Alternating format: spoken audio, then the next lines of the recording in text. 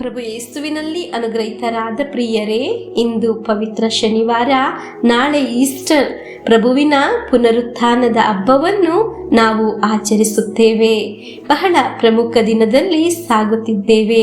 ಸ್ವರ್ಗದ ದೇವರು ನಿಮ್ಮನ್ನು ಅನುಗ್ರಹಿಸಲಿ ಎಂದು ಪ್ರಾರ್ಥಿಸುತ್ತೇನೆ.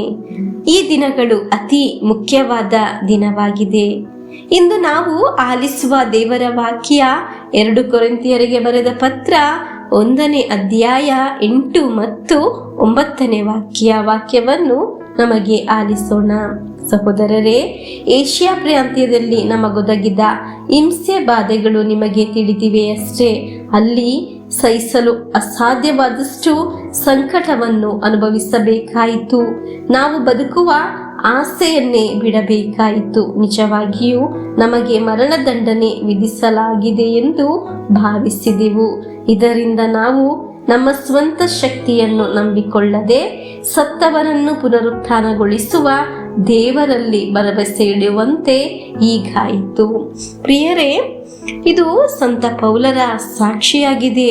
ದೇವರ ವಾಕ್ಯದಲ್ಲಿ ನಾವು ಆಲಿಸಿದವು ಸಂತ ಪೌಲರು ಅನುಭವಿಸಿದ ಹಿಂಸೆ ಬಾಧೆಗಳು ಆಗಿದೆ. ಹೀಗೆ ಮನೋವೇದನೆ ಅನುಭವಿಸುವವರು, ಒಬ್ಬಂಟಿತನದಲ್ಲಿ ಆದವರು, ಹಿಂಸೆ ಬಾಧೆಯನ್ನು ಅನುಭವಿಸುವವರನ್ನು ಈ ಸಮಯದಲ್ಲಿ ನೆನೆಸಿ ಪ್ರಾರ್ಥಿಸೋಣ. ಈ ನೋವು, ಸಂಕಟಗಳು ನಮ್ಮನ್ನು ದೇವರಲ್ಲಿ ಆಶ್ರಯಿಸುವನಾಗಿ ಮಾಡಲಿ. ದೇವರಲ್ಲಿ ಆಶ್ರಯಿಸುವವನು ಸೋತು ಹೋಗುವುದಿಲ್ಲ, ಬಿದ್ದು ಹೋಗುವುದಿಲ್ಲ. ಅವನು ಹದ್ದಿನ ತರ ಹಾರುತ್ತಾನೆ. ಹಲ್ಲೆಲೂಯಾ. ಮರಣ ಹೊಂದಿದವನನ್ನು ಎಬ್ಬಿಸುವ ದೇವರನ್ನು ನಾವು ಆಶ್ರಯಿಸೋಣ.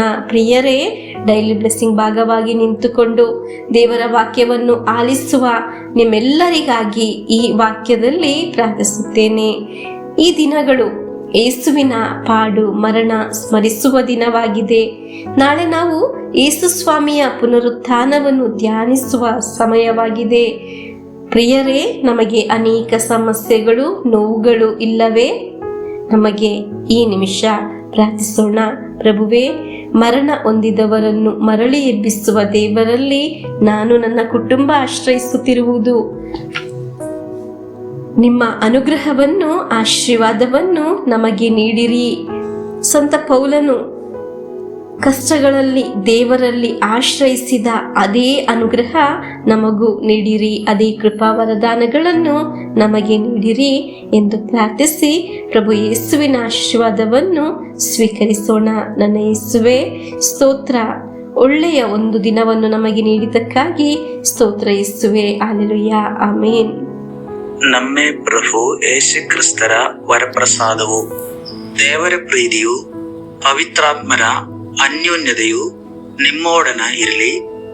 ರೋಗದಿಂದ, ಅಪಘಾತದಿಂದ, ವಂಚನೆಯಿಂದ, ನಿರಾಶೆಯಿಂದ ಸ್ವರ್ಗದ ದೇವರು ನಿಮ್ಮನ್ನು ಅದ್ಭುತವಾಗಿ ಸಂರಕ್ಷಿಸಲಿ. ದೀರ್ಘಾಯುಸ್ಸು, ಆರೋಗ್ಯ, ಸಮಾಧಾನ, ಸಂತೋಷ ಉಂಟಾಗಲಿ. ಪಿತನ, ಸುತನ, ಪವಿತ್ರಾತ್ಮರ ನಾಮದಲ್ಲಿ ಆಮೇನ್.